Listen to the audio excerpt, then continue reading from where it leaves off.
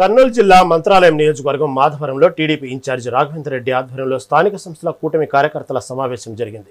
ఈ కార్యక్రమానికి మంత్రుల నిమ్మల రామానాయుడు, గొట్టిపాటి రవికుమార్ ముఖ్య అతిథులుగా హాజరయ్యారు. కర్నూలు పశ్చిమ ప్రాంతాన్ని ఇరిగేషన్ ప్రాజెక్టుల ద్వారా అభివృద్ధి చేస్తామని, మంత్రాలయంపై ప్రభుత్వం ప్రత్యేక దృష్టి సారించి ఆర్డీఎస్ గురు రాఘవేంద్ర ప్రాజెక్టులను పూర్తి చేస్తుందని మంత్రి నిమ్మల తెలిపారు. స్థానిక సంస్థల ఎన్నికల్లో బీసీలకు 34% రిజర్వేషన్ కల్పించిన ఘనత సీఎం చంద్రబాబుకే దక్కుతుందన్నారు.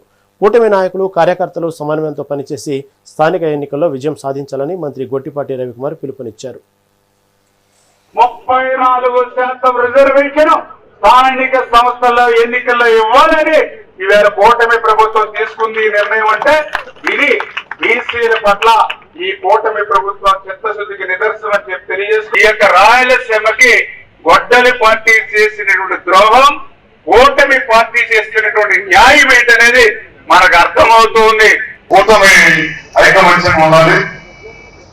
రేపు జరగబోయే స్థానిక సంస్థల్లో ఎన్ని పరిస్థితుల్లో మొత్తం సీట్లు మనకు లోకల్ బాడీస్ మొత్తం ఉండాలనే దానికోసమే